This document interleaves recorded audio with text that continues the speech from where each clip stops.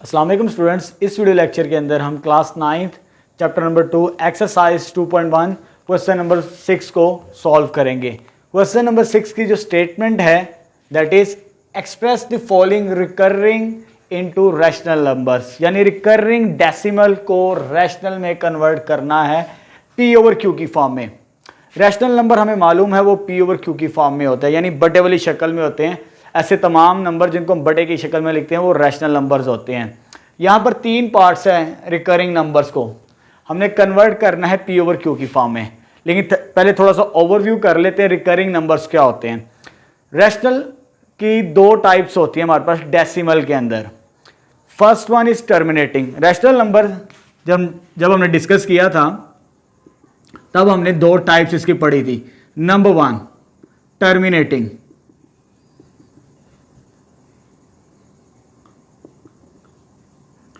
Terminating decimal.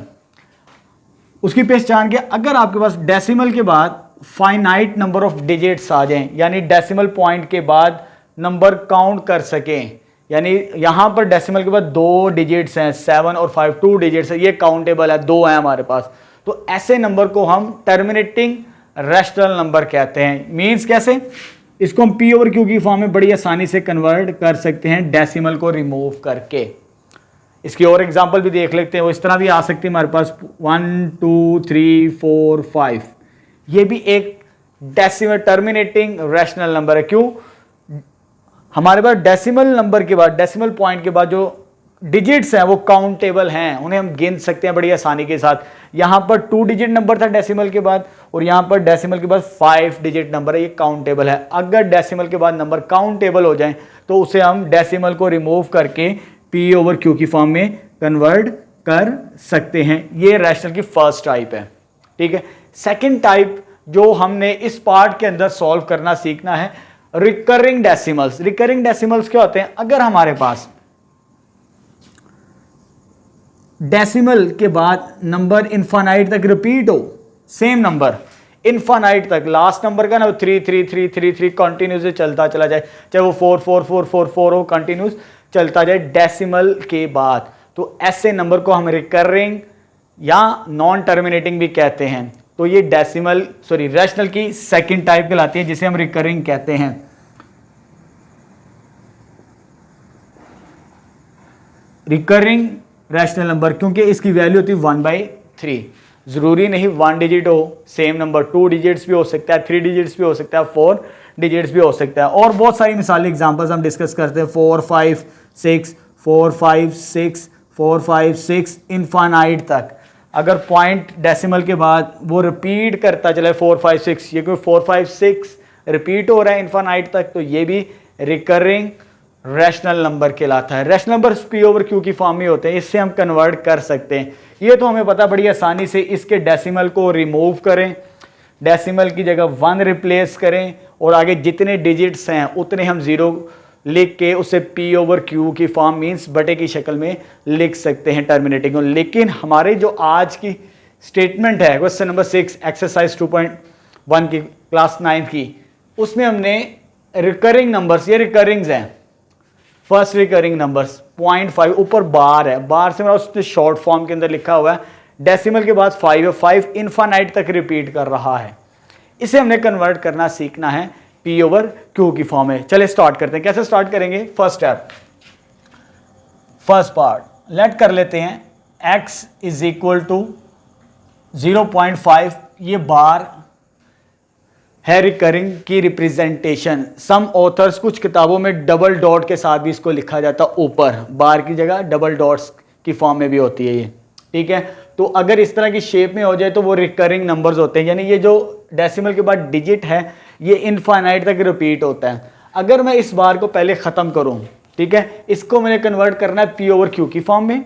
वो तीन parts हैं, फर्स्ट पार्ट को सॉल्व करते हैं। तो मैं क्या करता हूं, इसे x के इक्विवेलेंट ले लेता हूं, किसी नंबर के, किसी ना किसी नंबर के तो बराबर होगा, लेकिन हमने नंबर कैसा बनाना है जो पी ओवर क्यू की फॉर्म में लिखे, ठीक है। चले जी, फर्स्ट स्टेप, मैं इस बार को ख़त्म करता हूं। उसके बाद जब मैं इस बार को ख़त्म करूंगा तो यहां पर मैं लिखूंगा 0.0.55555 सो ऑन, ये इनफाइनाइट तक चलती जाएगी। यहां पर डॉट डॉट्स डॉट्स यानी 5 ख़त्म नहीं होगा, ठीक है, जब मैं इस बार को ख़त्म करूँगा, ये रिकरिंग डेसिमल्स हैं, उधर मैंने पहचान बता दी थी आपको। चलो जी, उसके बाद सॉरी यहाँ पर नहीं आएगा। नेक्स्ट स्टेप आप देख सकते हैं, डेसिमल के बाद सिंगल डिजिट है 5 जो रिपीट हो रहा है, सिंगल डिजिट। अगर सिंगल डिजिट रिपीट हो इनफाइनाइट तक, तो उसके बाद आपने इसको 10 के साथ मल्टीप्लाई करना है। सिंगल डिजिट हो तो 10 के साथ मल्टीप्लाई करेंगे, मल्टीप्लाइंग बोथ साइड्स बाय 10। ठीक है, जब मैं इसको 10 के साथ मल्टीप्लाई करूंगा, ये आ जाएगा 10 और साथ में आ जाएगा x। जब इसको मैं 10 के साथ मल्टीप्लाई करूंगा, कैलकुलेटर से आपने इतने नंबर लिख के देख लीजिएगा, ये जो 5 फर्स्ट डिजिट होगा ये इधर शिफ्ट हो जाएगा। आप कैलकुलेटर से मल्टीप्लाई करके देखेंगे इस नंबर को, तो इस तरह का नंबर मिलेगा आपको 5.5555 सो ऑन इनफाइनाइट, जो कि ख़त्म नहीं हो रहे। ठीक हो गया स्टूडेंट्स। अब यहाँ पर ये मेरे पास एक नंबर आया है, ये इंटीजर, डेसिमल से पहले होता है इंटीजर पार्ट और ये होता है डेसिमल पार्ट। इनको मैं सेपरेट करूंगा। सेपरेट कैसे किए जाएंगे? देखो यहां पर डेसिमल से पहले 5 है, इसे इंटीजर पार्ट कहते हैं, इसको मैं अलहदा लिख लेता हूं। ठीक है, इंटीजर पार्ट को अलहदा लिख ले, और डेसिमल के बाद जो भी नंबर, जितने भी नंबर्स आ रहे हैं, डिजिट्स आ रहे हैं, उनको मैं सेपरेट लिख रहा हूं। 0.5555 सो ऑन, ये आ जाएगा हमारे पास। यानी जब मैंने 10 के साथ मल्टीप्लाई किया तो ये वाला 5 सिंगल डिजिट इधर कन्वर्ट हो जाता है। कैलकुलेटर से आपने चेक करना है, तो ये ऐसा नंबर दिखाई देगा आपको। ठीक है, उसके बाद ये इंटीजर पार्ट कहलाता है और ये सारे के सारे डेसिमल पार्ट कहलाता है।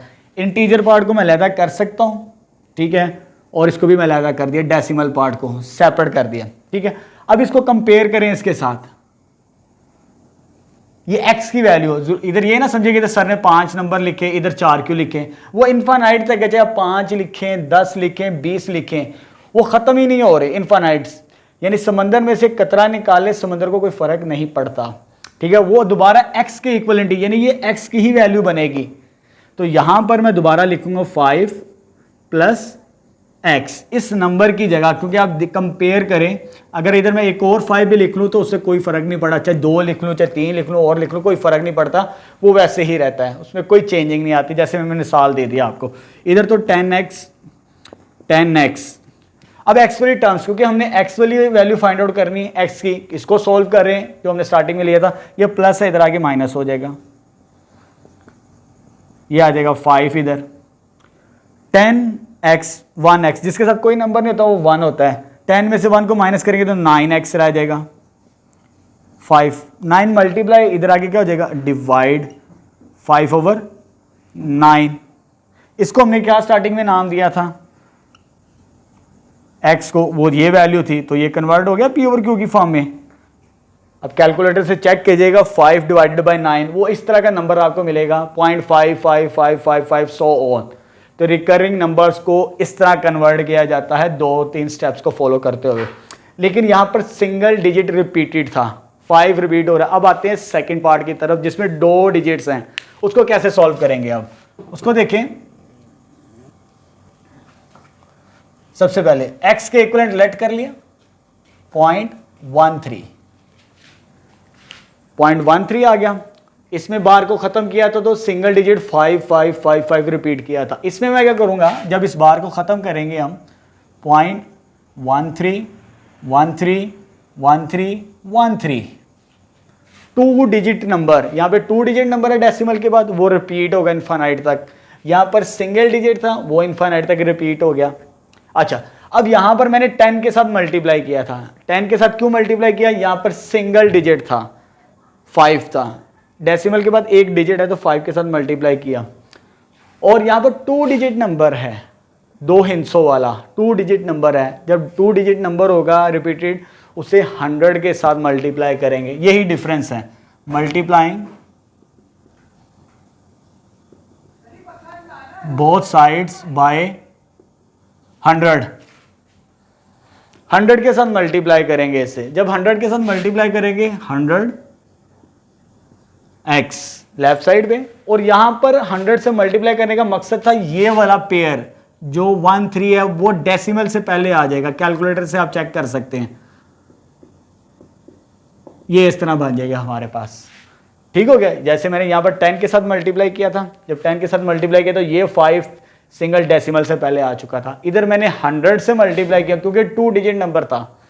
जब 100 से मल्टीप्लाई किया तो 13 इधर शिफ्ट हो जाएगा डेसिमल से पहले, वो कन्वर्ट हो गया। उसके बाद मैंने क्या किया था यहाँ पर इंटीजर पार्ट, ये इंटीजर पार्ट है, ये इंटीजर पार्ट है और ये डेसिमल पार्ट है।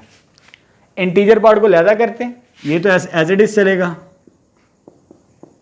इंटीजर पार्ट को लहदा कर लिया, उसके बाद डेसिमल पार्ट को लहदा कर लेंगे। 1 3 1 3 1 3 सो ऑन चलता जाएगा, जैसे मैंने प्रीवियस पार्ट के अंदर आपको बताया था। जब ये सेपरेट कर लें, अब इसको इसके साथ कंपेयर करें तो ये किसकी वैल्यू है, x की वैल्यू। जब x की वैल्यू है तो इधर आ जाएगा 13 प्लस x, 100 x आ जाएगा आपके पास। ठीक है, हमने वैल्यू किसकी फाइंड आउट करनी है, इस नंबर जिसे हमने x कहा था। x वाली टर्म्स को एक साइड पे लेके आते हैं, इधर आके क्या हो जाएगा माइनस x 13, ये आ जाएगा हमारे पास। अब ये 100x है और ये x के साथ कोई नंबर नहीं तो कोफिशिएंट 1 होता है, 1x है। 100 में से 1 को माइनस करेंगे तो हमारे पास क्या आ जाएगा 99x, दैट इज 13।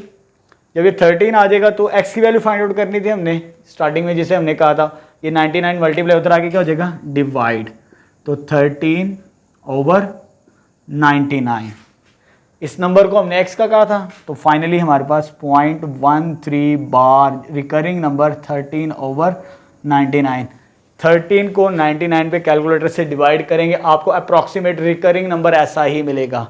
देखिए वो भी p/q की फॉर्म में रैशनल में कन्वर्ट हो चुका। यहाँ पर सिंगल डिजिट था, ये डबल डिजिट था, यहाँ पर भी डबल डिजिट है। बिल्कुल एज इट इज ही हम सॉल्व करेंगे। देखिएगा आप, प्रोसीजर सेम है, बस नंबर का डिफरेंस है। अब नंबर मेरे पास क्या है 0.67 बार, उसी तरह 67 बार है, तो पहले बार को ख़त्म करेंगे तो ये क्या आ जाएगा 0.676767, सो चलता जाएगा ये।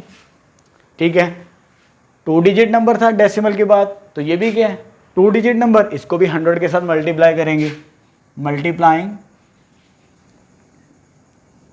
बोथ साइड्स बाय 100, इधर आ जाएगा 100x, और जब इधर 100 के साथ मल्टीप्लाई करें तो 6 7 शिफ्ट हो जाएगा इधर, कैलकुलेटर से आपने चेक कर लेना इसे, तो ये 67.676767। ठीक हो गया स्टूडेंट्स यहाँ तक। उसके बाद ये इंटीजर पार्ट और ये डेसिमल पार्ट, इंटीजर पार्ट को सेपरेट करेंगे और डेसिमल पार्ट इसको सेपरेट लिख लेंगे हम। सॉरी, यहाँ पर 100 ऑन लाजमी लिखना आपने, अक्सर बच्चे यही मिस्टेक्स करते हैं क्योंकि इसमें 100 ऑन लिखना लाजमी होता है।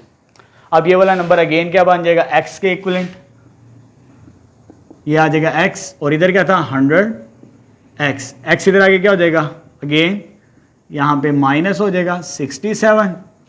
ठीक है, बिल्कुल एज इट इज जैसे ये सॉल्व किया। इधर क्या बच जाएगा 99, ये भी बता चुका हूँ ये 99 कैसे आता है 67, 99 मल्टीप्लाई उधर आके क्या हो जाएगा डिवाइड, तो 67/99, और x हमने स्टार्टिंग में क्या लिया था इसको 0.6 रिकरिंग नंबर है ये 67/99, तो ये भी p/q की फॉर्म में कन्वर्ट हो चुका। Very important question.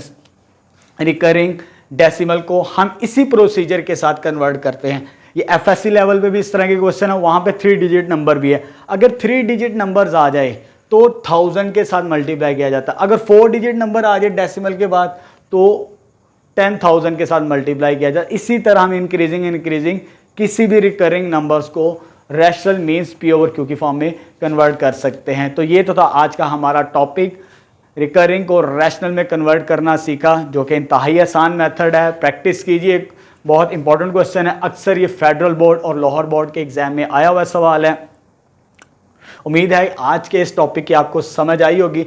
अपने कमेंट्स से लाजमी बताइए करें कि अगर आपको कुछ समझ नहीं आती तो मैं डिटेल में आपको कमेंट सेक्शंस के अंदर बताऊंगा। देखते रहिए मेरा यूट्यूब चैनल।